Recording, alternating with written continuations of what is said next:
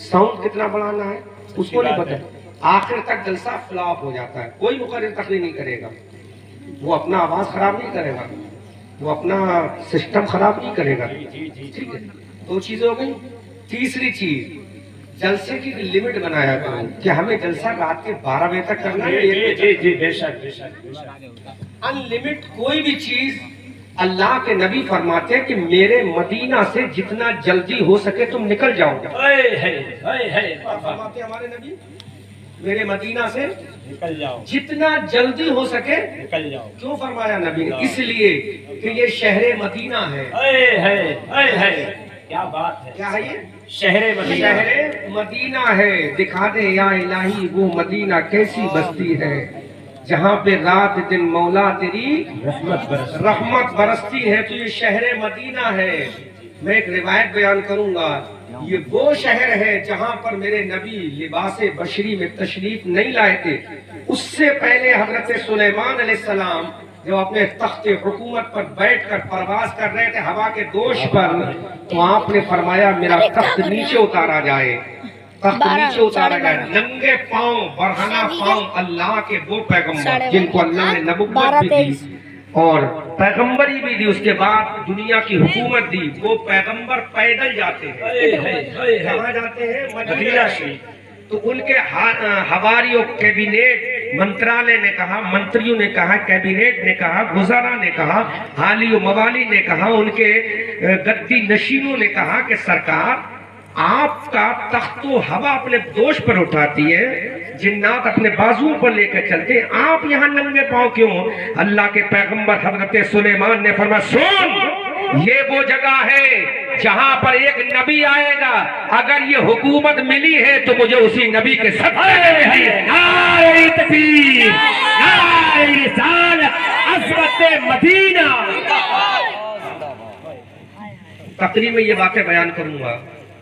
تو اس مدینہ سے نبی فرماتے کہ جتنا جلدی ہو سکے باہر نکل جاؤ. کیوں نکل جاؤ؟ کہیں تمہارے دل کے اندر اکتاہٹ پیدا ہو گئی. کیا ہو گئی؟ ارے یار جلسہ ختم ہونا چاہیے. تو اللہ غارت کر دے گا، تباہ کر دے گا. کیونکہ اللہ کو سب سے زیادہ اگر پسند ہے تو میری ذات پسند ہے. تو قرآن کی تلاوت بھی اتنی کرو جتنا دل کے اندر اکتاہٹ پیدا نہ ہو. تو دوسرا میں پوائنٹ بتا رہا ہوں کہ جلسے کا ٹائم سیٹ کیا کرو کہ ہم کو 1 بجے تک چلانا یا 12 بجے تک. یہ ضرور نہیں علامہ افتخار اس گاؤں کے تو میں علامہ افتخار صاحب کی تقریر واجب ہے. میں انہی کی مثال دے رہا ہوں. دوسروں کو کہوں گا برا مان جائیں گے، ان کو کہوں گا یہ برا نہیں مانیں گے. یہ مجھے جانتے ہیں، میں انہیں جانتا ہوں. یہ کوئی لازم نہیں ہے کہ علامہ افتخار صاحب کی تقریر ہو تو فرض ہے، عین ہے، واجب ہے، لازم و ضروری ہے. یہ کوئی ضروری نہیں. آپ کے جو چیف گیسٹ ہیں ان کو وقت پر بلوائیے، انشاءاللہ جلسہ کامیاب ہو جائے گا. دو چیزیں ہو گئی. تیسری چیز یہ ہے کہ جو ساؤنڈ ہوتا ہے اور جو جنریٹر ہوتا ہے، وہ جنریٹر آپ کے جلسے سے اتنا دور ہو کہ اس کی آواز آپ کے، بس اب ایسی رہنے دو، مجھے تقریر کرنے دو، آپ کے کانوں تک جنریٹر کی آواز نہ آئے. ادھر دیکھو، ابھی رول سمجھا رہا ہوں. آئندہ سال مجھے مت بلانا، کسی دوسرے خطیب کو بلانا. کشمیر سے کنیا کماری، اتراکھنڈ کے پہاڑوں سے بنگال کی کھاڑی تک بہت بڑا ملک ہے.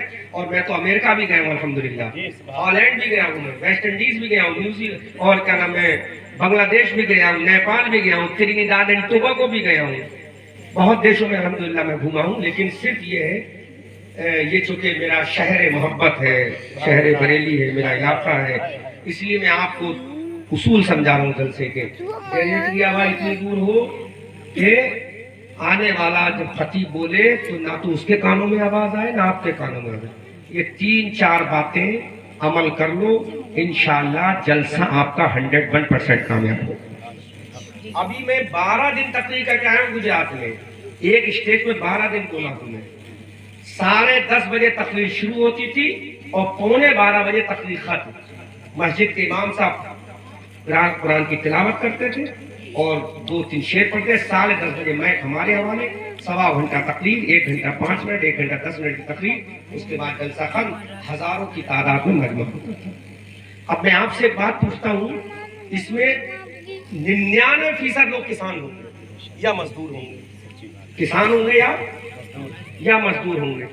بتاؤ وہ مزدور جو رات بھر جلسہ جاگے گا، رت جگہ کرے گا، وہ مزدوری کب کرے گا؟ جب مزدوری نہیں کرے گا تو بچوں کو کھلائے گا کہاں سے؟ ایک کسان جب دن بھر کھیتی میں ہل چلاتا ہے، کھیت میں بیج ڈالتا ہے، پانی ڈالتا ہے، کھیتی پکی ہوئی ہے، سانڈ پھر رہے ہیں، جانور بے لگام ہو چکے ہیں، پوری رات شبیداری میں گزر جاتی ہے کسان کی، اب وہ تمہارا رات بھر کا رت جگہ سنے گا یا صبح اپنے کھیت کی نگہبانی کرے گا؟ جواب دو مجھے۔ نگہبانی کرے گا، کھیتی اس کے جانور کھا گئے، فصل تباہ ہو، کمیٹی والے نہیں دے دیں گے اس کو؟ تو وہ یہاں آیا ہے، اس کی بہت بڑی قربانی ہے۔ ٹائم سیٹ کر 12 بجے جلسہ ختم ہو جائے، انشاءاللہ جلسہ کامیاب ہے۔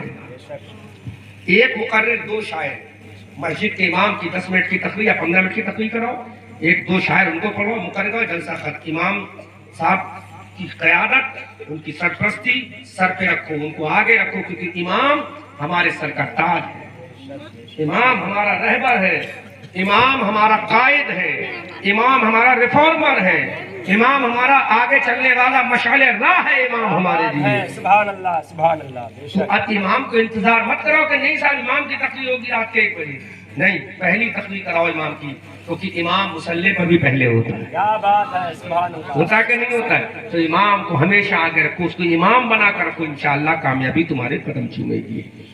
اب میں تقریر کر رہا ہوں، جیسا سسٹم ویسی میں انشاءاللہ تقریر، لیکن میں یہ چاہوں گا لچھے دار تقریر نہ کر کے آپ کو اصلاحی تقریر کم آ جائے۔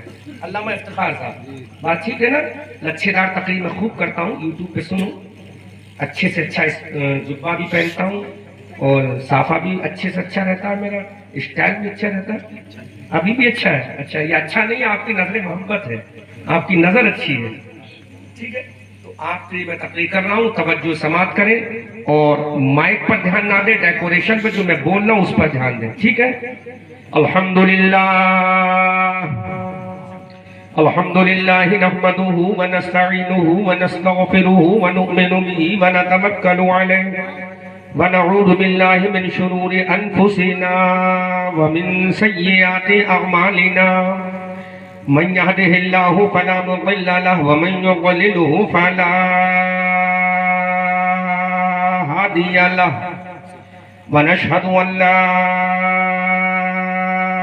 إله إلا الله وحده لا شريك له ونشهد أن سيدنا ومولانا وملجانا ومأوانا محمدا المصطفى وعلى آله وأصحابه وأهل بيته وعلماء ملته وشهداء محبته وأولياء أهل سنته نجوم الهدى أما بعد فأعوذ بالله من الشيطان الرجيم بسم الله الرحمن الرحيم وَإِذْ أَخَذَ اللَّهُ مِيثَاقَ النَّبِيِّينَ لَمَا آتَيْتُكُم مِّن كِتَابٍ وَحِكْمَةٍ ثُمَّ جَاءَكُمْ رَسُولٌ مُصَدِّقٌ لِّمَا مَعَكُمْ لَتُؤْمِنُنَّ بِهِ وَلَتَنصُرُنَّهُ صدق الله مولانا العظيم وبلغنا رسوله النبي الأمين الكريم المعين المتين الرؤوف الرحيم ونحن على ذلك لمن الشاهدين والشاكرين والحمد لله رب العالمين آمنت بالله ما جاء به النبي صلی اللہ تعالی علیہ وسلم۔ عزیزان ملت اسلامیہ، آئیے ہم اور آپ انتہائی خلوص و عقیدت و محبت و پیار و وفا کے ساتھ ہماری اور ساری کائنات کے مرکز عقیدت گنبد خضرا میں آرام فرمانے والے لمبے لمبے لمبے لمبے ہاتھوں سے ہم غریبوں کو بھیک عطا کرنے والے اندھیری قبر کی خطرناک کوٹری میں کام آنے والے، شفاعت کا مزدعی جافزا، اپنی زبان نبوت سے ہم گنہگاروں کو سنانے والے، جن کا چمکتا ہوا چہرہ والضحا، جن کی پیاری پیاری پیاری پیاری زلفیں واللیل اذا سجا، جن کا چوڑا چوڑا سینہ علم نشرح لکا صدرک، جن کی آنکھ کا سرما ما زاغ البصر وما طغى،